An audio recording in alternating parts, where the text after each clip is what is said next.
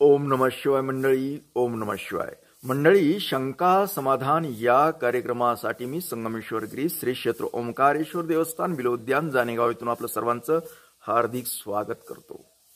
मंडळी, आज जो प्रश्न घेतला आहे तो आहे आपली मनोकामना जी सोमवारची पूजा असते वाळूच्या शिवलिंगाविषयीचा.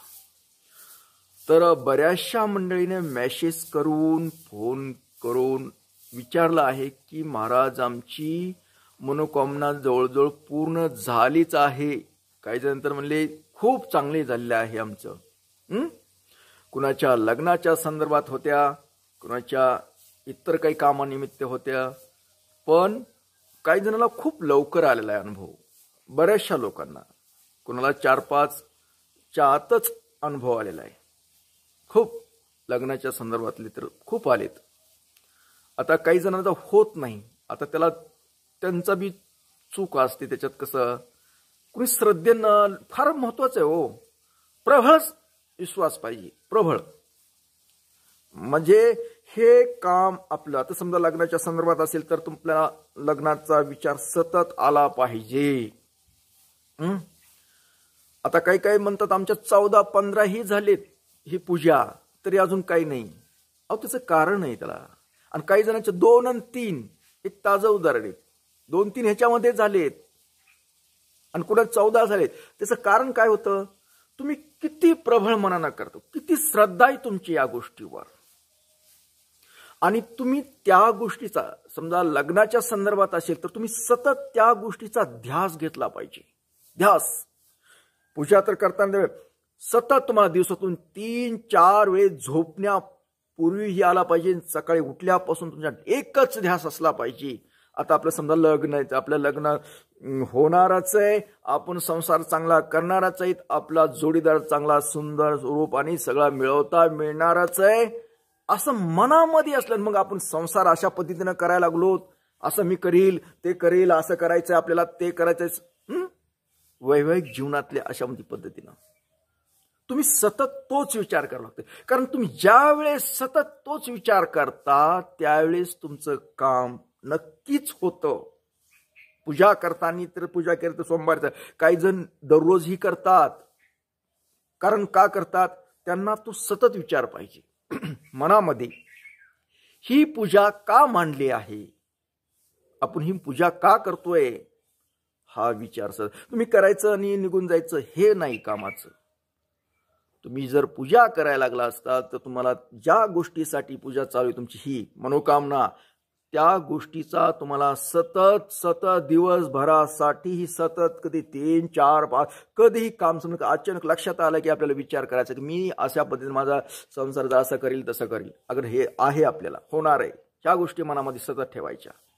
मग इतर तुमच्या काही घरातल्या प्रापंचिक गोष्टीविषयी असेल तुमची मनोकामना, त्याविषयी समजा घरात ताणतणाव असतील, समाधान नसेल, त्यावेळेस मी तुमच्या मनात की आता माझ्या ही पूजामुळे नक्कीच माझं समाधान आणि मग समाधान झाल्यानंतर आपण असं वागूया तसं करूया, हे तुम्हाला सारखं डोक्यामध्ये असलं पाहिजे. मग तुमचं हे काम 100% होतं. तर तुम्ही एवढंच सांगायचं की तुम्ही करत राहा, व्यवस्थित करा, मनातून करा, श्रद्धेनं करा, तुमचं काम होणार आहे. बरेच जण खूप करतात पण काही जणांना अनुभव येत नाही. त्याचं कारण ते, आणि कुणाला खूप लवकर अनुभव येत आहे आणि त्याचं कारण मी आता सांगितलं की ते सतत विचार करतात त्या गोष्टीचा. आता बऱ्याच वेळेस काही जणांचे उशिरा लग्न होतात. उशिरा लग्न होत म्हणजे उशीर होतोय लग्नाला, त्याचं कारण बी त्यांच्या मनामध्ये कधी विचार बी आलेला नसतो. लग्नाच्या विषयी येतो कधी थोडंफार नॉर्मल आपण लग्न करू, पण त्यांचा सतत पैशाचं आपल्या नोकरी पाहिजे, अमुक गोष्ट ह्या गोळागोळामध्ये राहून जातं. जोडीदार असला पाहिजे तसला पाहिजे त्याच्यामुळंही राहतं. शिक्षणामुळं खूप उशीर होतोय. पण असो, त्याच्या बाकीचं आपल्याला जास्त बोलायचं इकडे सगळ्यांना माहिती त्या गोष्टी. तर आपल्याला मूळ मुद्दा सांगायचा की तुम्ही मनोकामना पूजा केल्यानंतर जी प्रश्न आहे तो विचारलेला आहे की मनोकामना पूजा केल्यानंतर आपण जी दक्षिणा ठेवतो पूजेसमोर, आणि दक्षिणा ठेवावंच लागते. नियम आहे. कुठलीही पूजा झाली की त्यावर दक्षिणा ठेवावं लागते. नियम आहेत, नियम आहे, शास्त्र आहे त्याच्या मागचं. तर तुम्ही दक्षिणा ठेवली तर महाराज म्हणले की दक्षिणा आम्ही ही पूजेसाठी आम्ही ठेवलेलीच आहेत. मग त्याचं काय करायचंय? मी सांगितली दक्षिणा ठेवायला. मग त्याचं काय करायचं? तर मंडळी काळजी करू नका, ते पूजा तुमची मनोकामना पूर्ण झाली असेल, तुमची होत चालू असेल, तुमच्यामध्ये फरक पडला असेल, तर तुम्ही त्या दक्षिण पूजेसाठी जी तुम्ही काही रक्कम दान धर्म तिथे ठेवलेला आहे त्याचे काय करावं लागते की एक त्याच्यात जास्त रक्कम असेल तर अन्नदानासाठी वापरता येईल. एक तर पहिली गोष्ट तुम्हाला महापूजा असते, मनोकामनाची पूजा असतो, अभिषेक असतो, आणि तो अभिषेक केवळ जर माझ्याकडून ही तुम्हाला माहिती भेटली असेल, म्हणजे आपल्या ह्या देवस्थानाकडून म्हणजे आपल्या इथल्या ओंकारेश्वराकडून जर तुम्हाला ही माहिती भेटून तुम्ही जर करत असताल, तर तुम्ही इथे ओंकारेश्वरला अभिषेक करावा लागतो. अभिषेक करावा लागतो. तुम्ही जी दक्षिणा ठेवली आहे त्या पूजेमध्ये, त्या पूजेच्या दक्षिणा जी ठेवलेल्या असते त्याच्या इकडे तुम्ही ऑनलाईन तुम्ही पाठवून तुमच्या नावाने अभिषेक करावा लागतो. पहिली गोष्ट.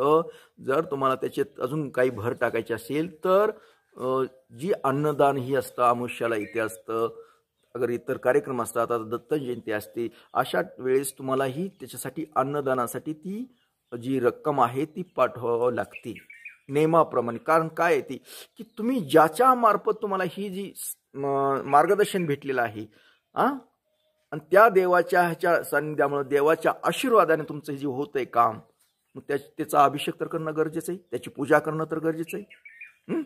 आपण व्यक्त तर करावं लागेल, ईश्वरा तुझ्यामुळे ही झालं, त्याच्यासाठी आपल्याला मनोभावी पूजा करावी लागेल तिथे. याच्यात काय आहे का गे? तर तुमची जी रक्कम आहे ती तुम्ही ऑनलाईन पाठवा, अथवा तुम्ही जवळपास कुणी लोकल ठिकाणचे जवळ असतील तर त्यांनी इथे अभिषेक करू शकतात. कारण खूप लांबच्या लोकांना इथवर येण्याचं परवडत नाही, खूप खर्चिक असतं, तर त्यांनी ती रक्कम पाठवून तुमच्या नावाने इथे मनोकामनाचा सोमवारी अभिषेक केला जातो. प्रत्येक सोमवारी जर तुमची मनोकामना अगर तुम्हाला इच्छा असेल सोमवारी आपलाही अभिषेक व्हावा, तर त्यासाठी तुम्ही ती रक्कम पाठवून इथे अभिषेक करून घेऊ शकता. आणि घ्यायलाही पाहिजे, आग्रह आहे तुम्हाला तसा. कारण काय, ही गोष्ट तुमच्या हितासाठी आहे, तुमच्या मनासाठी आहे, तुमच्या समाधानासाठी आहे. तर अशा पद्धतीने तुमचा जो प्रश्न होता की त्या रकमेचं काय करावे, तर तुम्हाला हे सांगितलं की त्या रकमेचं तुम्ही इकडे पाठवून त्याचा अभिषेक अन्नदान यासाठी वापरू शकतात, वापरावं लागतं. तर मंडळी, तुम्ही आता उद्याच्याला सोमवाराचं आहे, उद्याही तुम्ही व्यवस्थित पूजा करा, मनातून करा. मी जसं सांगितलं तसं तुम्ही सतत तुम्ही ध्यास घ्या त्या गोष्टीचा, तुमची काय समस्या आहे त्याविषयी सतत. ही समस्या सुटली, मनामध्ये ठरवाच की ही आपली समस्या सुटलेली आहे, आणि त्या पद्धतीने करत राहा तुम्ही, तुम्हाला काहीच अडचण येणार नाही.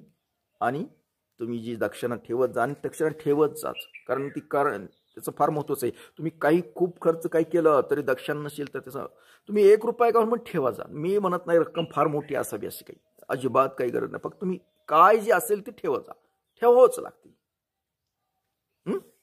तर असो, आता आपला निरोप घेतो. उद्या भेटणारच आहे, कुठे? इथेच, याच वेळी आणि याच ठिकाणी. तोपर्यंत मंडळी, ओम नमः शिवाय. जय हिंद, जय भारत. सुखी राहा आणि समाधानी राहा.